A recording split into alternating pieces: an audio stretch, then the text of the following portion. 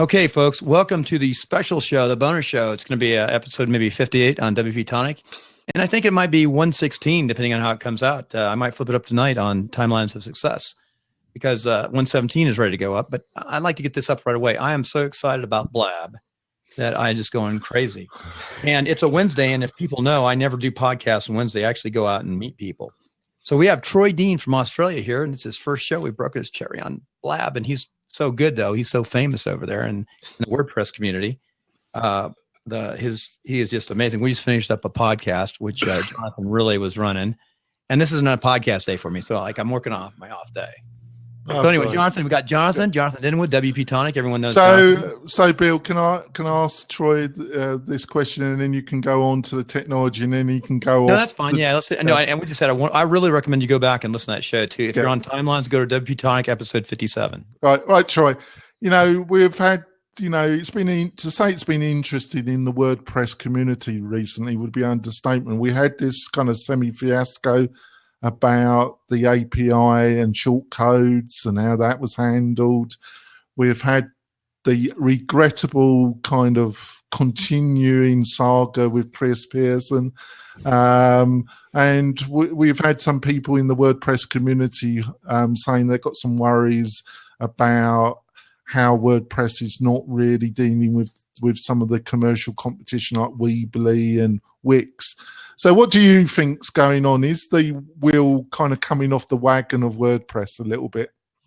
Well, I mean, I wouldn't say that the wheels are coming off, but look, I'm quite happy with the fact that WordPress's interfaces got a bit of a steep learning curve, because if you haven't realized, I've built a nice little business out of that called video user manuals. But in all seriousness, when I was at Pressnomics a couple of years ago, I was chatting with some of the guys from the automatic design team, and one of the metrics I know that's important to WordPress is when people open a WordPress account or they start using WordPress, this is WordPress.com, that about 95% of all blogs started on WordPress.com get abandoned within the first week. And Matt actually said that at San Francisco in 2013, I think it was. So that's a problem. The whole backwards compatibility issue is, I think, a problem for WordPress, because if you put the average, like even if I put, one of our average, when I say average in terms of technical ability, like one of our admin staff or one of the girls that works here in the office, if I put them in front of WordPress for the first time and say, off you go, they look at me and scratch their head and go, what are you talking about? If you put them in front of Twitter or Facebook for the first time, or Squarespace, or, or Wix or Weebly, or Eventbrite, or any other kind of, modern web property, it's pretty intuitive, right? You put them in front of WordPress and what do I do now? I mean, the learning curve is pretty steep. That's why there's a whole ecosystem of WordPress consultants and agencies. So I think what we will see in the future is custom admin dashboards built on top of WordPress. That makes sense. I've got a slightly different... which is what Happy Tables have done. Yeah. I've got a slightly different perspective to this.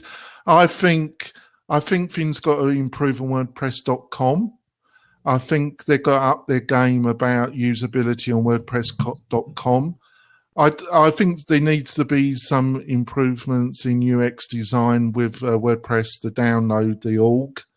I think it will affect WordPress if WordPress.com can't really, I understand Automatic get most of their money from WordPress.com, so it's beneficial for them to, and I think they know that, and that's one reason why they bought WooCommerce. Correct. So I think they're going to really up their game. They've got to, and I think if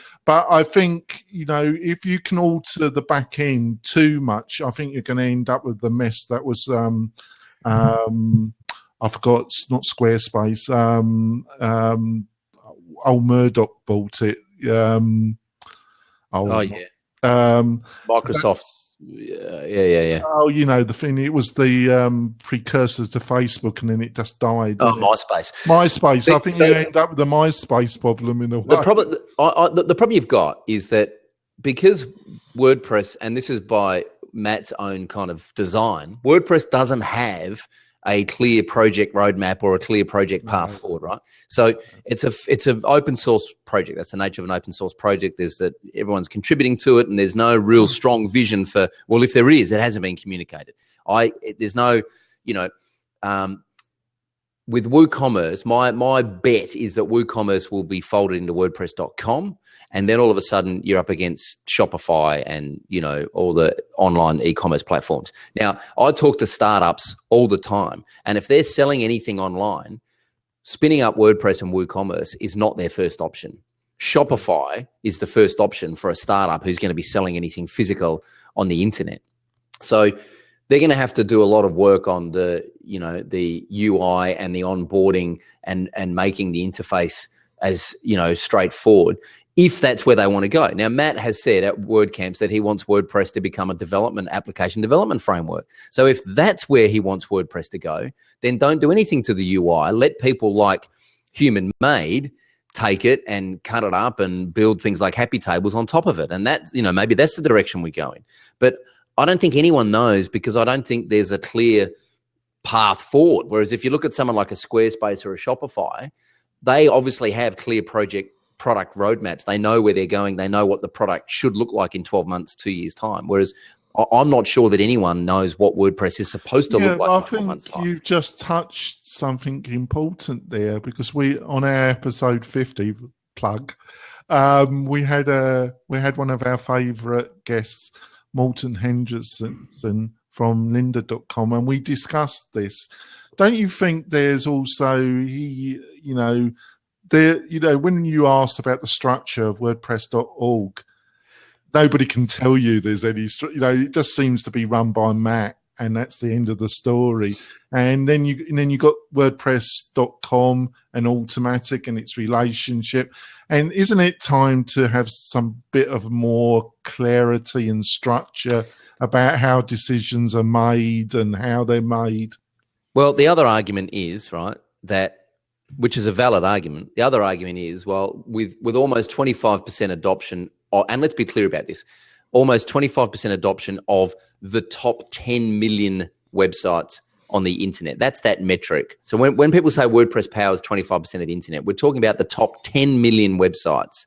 So of the top 10 million websites on the internet, WordPress powers almost 25% of those websites. So the argument is, well, the way we're doing things at the moment seems to be working. The top-down approach of having a very, very clear product map and making decisions at the top and everyone else conforming, maybe that's not the right argument. But I do think that we will see more and more custom dashboards in the future.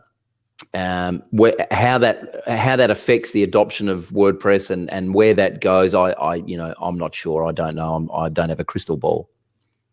Doesn't it need a better editor setup and more flexibility if people want, or is that always that kind of? It's a really difficult one, isn't it? Because letting people do something sounds great, but if they've got no idea what they're doing, you just end up with a load of crap, don't you? Yeah, sure. I mean, I use Beaver Builder is my kind of go-to thing these days. I use Beaver Builder to build sites and lock clients out of the admin. I let them have access to the front end to edit their pages on the front end. But I mean, the visual editor in WordPress is just downright bloody horrible. Yeah. I don't let anyone in there unless they're a developer. Why would you? That's just a recipe for disaster. So, Yeah, I was going to say, I use Genesis Dynamics, probably the best thing I ever did to get a quick start about 2 years ago. Yeah, can I ask Troy, what is your... because I'm kind of, I really can't make my mind up to really go into the Genesis. I know some really great Genesis developers, and I actually like the Genesis developer community. We've had, I'm doing terrible with my name. Sam, what's her name? Kim Doyle uses Genesis, of course. No, the other developer that, oh, yeah. oh, dear. The Evil Genius? She was on one of our interviews. Well, Rebecca Gill, we were talking about Rebecca Gill. Rebecca, she's based in Austin, in Texas. I can't remember, but we've got some really fantastic developer communities. But what's your feeling about Studio Press and Genesis? Because they gone to Rainmaker, and obviously I had Brian on the show, Brian Clark, and they seem to be moving a lot of their emphasis, the resources into Rainmaker. Yeah, sure. Do you think they're still really committed to Studio Press? Of course. I mean, they're two different markets. So Genesis and Studio Press is what WordPress consultants buy to build solutions for clients, and Rainmaker is what clients buy who don't have a relationship with a WordPress developer and want to do it themselves. So it's the Rainmaker is the DIY platform. I mean, and the reason Rainmaker exists is because even as good as the Genesis theme framework is, and as nice as the Studio Press child themes are, if you give a client access to a WordPress website built on that platform and they log in and start trying to add content, it's a friggin' nightmare. So Rainmaker is like what Tom Wilmot, when I spoke to Tom and Neil on the podcast about Happy Tables, they said, basically with Happy Tables is we make a lot of decisions for the clients.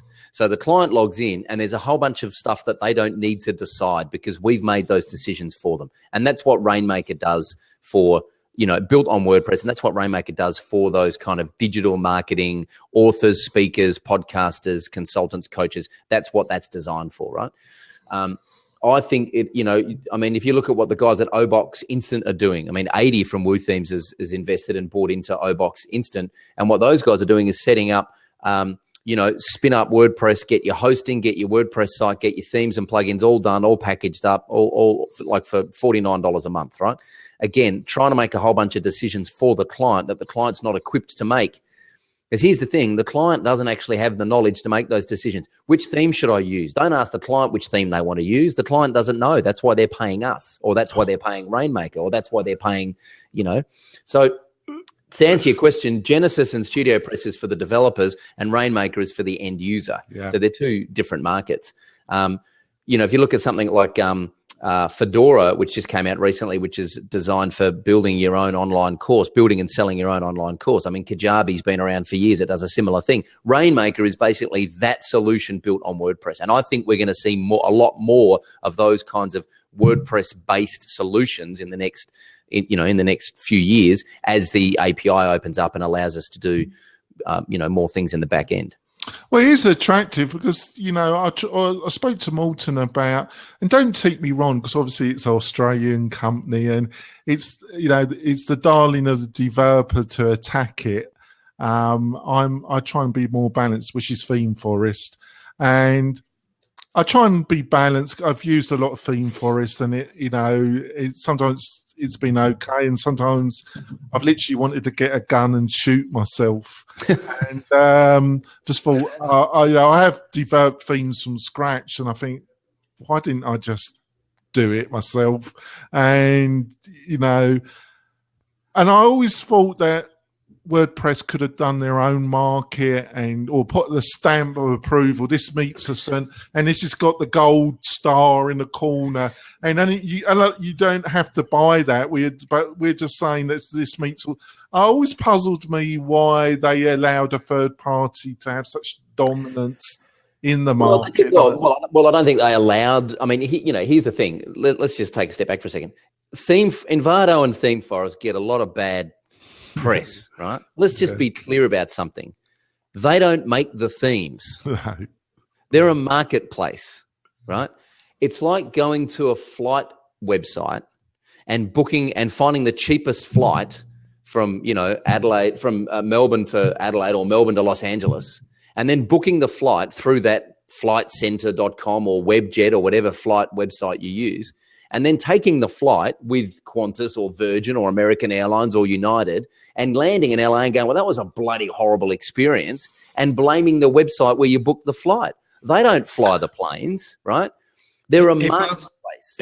Hey, I brought Gary in here so we can have about 5-10 minutes. I want to open this up so if someone else wants to ask a question about WordPress or anything really to show folks how BLAB works, because we're going to use this. is more of a technical show. Hey, getting some good kudos there. See, they're hitting that little thing there. Sure. So, again, this is Troy's first time on. He's from Australia. First time on BLAB. I think BLAB's the future. BLAB. And we're going to turn this tonight. I'm going to turn this into, because I want to do it right away. I'm trying to expedite this. This is new technology moving really fast. I'm going to turn this into a podcast tonight if all works out. Awesome. Now, share it with me. I'll post it up. Timeline is less technical. We talk about, your background, who you are. I'd love to invite you on the show. We'll have you on a later episode. And so my audience isn't quite as technical as we are here. Sure. But I sure do. One thing I do is produce solutions for basic blogs and stuff for podcasters in WordPress. Mm-hmm. And I was going to ask you about Beaver Builder as long as you finish up. Yeah. And I want to unlock this too. Unlock right now. So somebody comes in, they might come in and ask a question. So be ready. Sure. Right. Interesting. So Beaver Builder, I'm looking at combining Dynamic and Beaver Builder. Yeah, just ask Troy about the technical side. Your sound quality and the production quality of your podcast has always been excellent. Yeah. Is that, have you got any tips or? Sure. Let me answer both those questions. Bill, so dynamicbeaver.com, are you familiar with that? No, I'm just looking at it. Is that dynamicbeaver.com? No, I haven't seen that check site. Out dynamicbeaver.com. It's a tutorial website devoted to helping you use Dynamic and Beaver Builder. I may have seen that, but because I'm really sold on that combination. I know for the build the pages with Beaver. Yep. It's great combination. Second question to you, Jonathan, the technical, so I've got the Rode podcaster here, obviously on the boom arm and the shock mount. It's a great microphone. I've just recorded all of my podcasts directly into Skype using the call recorder product from Ecamm, ECAMM. I think it's about $30. That's what we use. Yeah, and then I run them. Through. Use Adobe Edition. At the moment, I'm actually just doing audio only, so I just run them through Logic, load it up in Logic with our intro and outro and our ad spot, our sponsor spot, and then just run a multi-band compressor over the whole thing just to make sure the levels are all good. Spit out an MP3 and away you go. It's pretty efficient. There is a great little plugin that my wife actually uses on her podcast called the Levelator. Levelator. Yeah, I used to use open source plugin that she runs her podcast through that. Which you can. She just records her podcast in GarageBand. Podcast? Her podcast is a podcast for early career psychologists. Oh wow! It's called We All Wear It Differently. WeAllWearItDifferently.com, and it's fantastic. It's great. She's had 11 episodes. She's had over 10,000 downloads. Wow, pretty good. Yeah. Good. So and she built it out. Build a nice little community. She pushes it one every fortnight. She's got a nice little community she's built in a Facebook group. So she's got over 100 members in her Facebook group, all early career psychologists having that conversation and helping each other with resources and tools and tips. It's good. So she's getting word of mouth to get that out there. That's what I do. I try to figure out. I put my time into really getting the information out, building that funnel. Yeah, it's all word of mouth. Yeah. You have a transcript of the shows. And I think you said the service that you use. Do you mind me asking you how much that costs you? So we used to have a transcript. We used to use rev.com, rev.com, and we used to have a transcript for each show, and that's $1 a minute at rev.com. Right, yeah. But we found that what we do now is we have show notes now. And in fact, we now use a girl called, and I think it's just Show Notes by Lara. Gee, I want to say that Show Notes Made Easy. So shownotesmadeeasy.com. Lara is the girl that does all our show notes now. And I don't know off the top of my head, but I think maybe it's about somewhere between $80 and $100 an episode to have Lara write our show notes and post them up for us. I'm sorry if that's wrong. I actually can't remember off the top of my head, but it's around about, let's say the $100 an episode.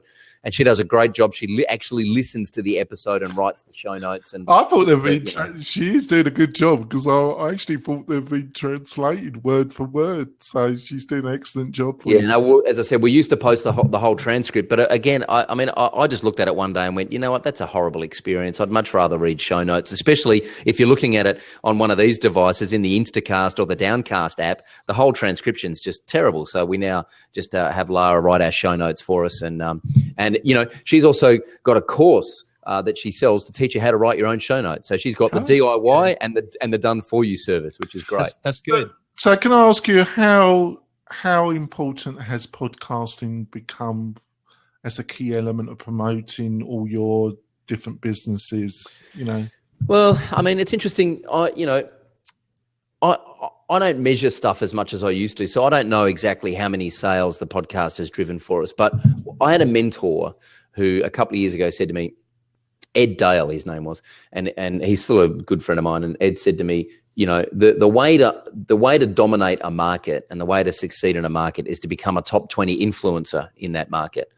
And I said, well, how do you know when you're a top 20 influencer? He said, well, you start a spreadsheet, you identify who the top 20 influencers are at the moment, and when they all start sharing your content, then you know you've become a top 20 influencer. And because I get bored very quickly, and I'm always looking for the shortest path of, you know, the path of least resistance, I said, okay, well, I started a spreadsheet and made a list of 50 influencers in the WordPress space. And I thought, well, the easiest way to get them to share my content is to interview them on a podcast, and then they'll share it out to their audience, right?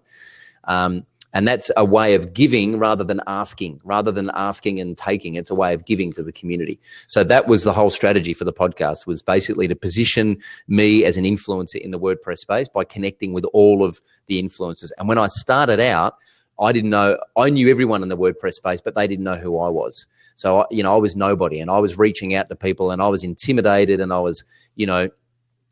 felt like I was way out of my league when I reached out to Adi from Woo Themes and Corey and Vlad from Managed WP and Lisa Sabin Wilson. And I was, just absolutely shitting my pants going, well, these people don't know who I am. But, might have to rate it. I don't know, maybe not. Sorry about that. But, within 6 months, I had people emailing me asking to be on the podcast. And then whenever I, go to a WordCamp or Pressnomics now, people recognize me from the podcast. So that's been, it's been a great positioning. And as I said, it's been a great networking thing for me as well. The people I've met through the podcast, it's just completely exploded my world. And we wouldn't be where we are now 2 years on if it wasn't for the podcast. Jonathan, we've had the same thing happen to us. I've been recognised. I've been recognised at WordCamp.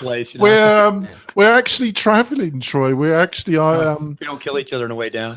Yeah, we don't kill one another. It'd be amazing if one of us isn't dead, actually. We're sponsoring a couple of WordCamps. We're going to WordCamp Las Vegas. And because I'm trying to build up my maintenance side of WP-Tonic. Because I have two sides, Troy. I've built a whole SaaS product in WordPress, and I'm trying to build it up in the real estate agent broker, and it's called Mailrite, and it offers coded a load of functionality, and it's been almost an 18th month project. And wow. I put in about $20,000 of my own money. Wow. And it's almost killed me, actually. I'm 52, and it's been the most hardest thing I've ever tried to do. And it's a roller coaster. Every day I get up and I think, some days I get up and I think, straight for the whiskey cabinet, eh? What have I done? I could have just bought a little house, invested in a little house, bought another little house, and why did I do this? Why am I everybody? The only support I've got, some real support from the WordPress community. Mm-hmm. I've had some people, but normally all I get is negativity, and you really got to get a skin of a rhinoceros. Oh yeah. And just keep focused where you want it. And I had to cut back on the consultancy because you can get sucked in, and I've just been trying to take small jobs, and the maintenance side, I actually like the smaller jobs, as long as I don't. So I try to develop that. So we're going to Las Vegas. And we're going to LA. I did a major sponsorship, and we got a table there. And it's nice. And UCLA. It should be interesting, shouldn't it, Troy? So is this the first time you guys are going to meet in real life? No. We're both in Reno. We're both in Reno. Oh, he's in Carson City. He's just down a little ways. We're in the foothills of the Sierras, the east side. Beautiful place. Gotcha. It's a beautiful part of America. We used to see each other. I used to go into the WordPress meetup. I was recalled back to the military, finished up my active duty. But before that, I designed, built construction. But I used to do in politics HTML WordPress, HTML sites. So I had to relearn WordPress starting 2 years ago, and I dove in with, as hard and heavy as I can. I think I'm doing okay. And I'm one of the coordinators of the local meetup in Reno. Yeah. And I have a few meetups too. I have one of the largest meetups in town, but not WordPress. We've got some other technical meetups. Hey, one thing, just thoughts. Yeah. So when you get out here, come and see us both. We're right here. But we met for totally. WordPress. Yeah, totally. It's one of the most beautiful parts of North America. Actually, the skiing is fantastic, and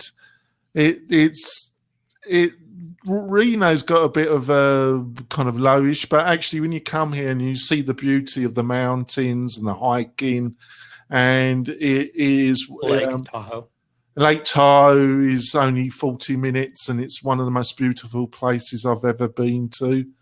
It's just breathtaking, and you're in drivable distance of Yosemite, which is one of the other most beautiful places I've ever been to. Burning Man's going on right now. Like nude, topless bicycle riders. Yeah. Wow. What more can you ask for? 70,000 people, they all come through here. So we're all out in the playa right now, out in the desert. They all came through here the last few days. Right, so I think we've got to let Troy go, actually, Bill. Yep. He's been a gent. Troy, thank you. You've been amazing. You've been an amazing guest. Please come. Stay on for a second. Just hang up. So as we finish up, cool. Everyone say goodbye out there. This will be my first attempt. We're gonna try to put this on YouTube. It's going to be on BLAB, and of course tonight I'm going to try to shoot it up, which I normally don't do. I'm going to throw someone off to get this up tonight. Yeah, cool. You've been a fantastic guest.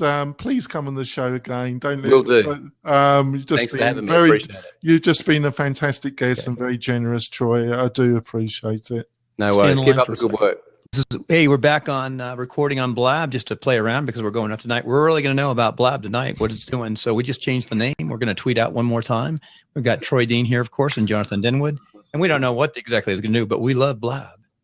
Go on, quickly answer that question, Troy. Of all the people, most impressive business mind in the WordPress space. Look, I haven't actually had him on the podcast, but Mark Forrester and Magnus from Woo Themes, I've just got so much respect for those guys. I mean, I've spent a fair bit of time with those guys at WordCamps, and I've just got a ton of respect for all the guys at Woo.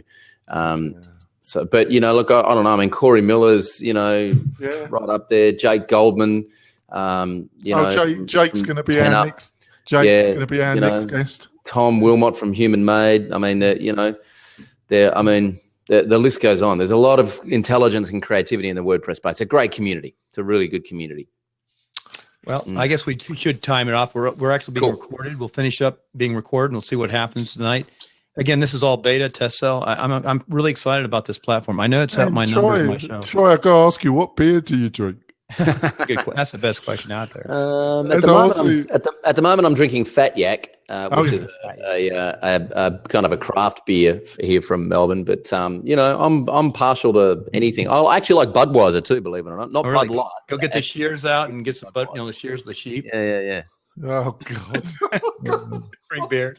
I know. Thanks, Troy. You've been a very pleasure. Thanks for putting up with the madness. I'm leaving, Bill. Awesome. I'm going. I'm going to run. I'm going to go to the gym, boys. Well, last lesson, how to hang up is you can hit the BLAB or you can hit X out. I'm going to hit BLAB so you guys just stay on and see what happens. You'll be on. Sweet. All right. Bye. All right. Thanks, Jonathan.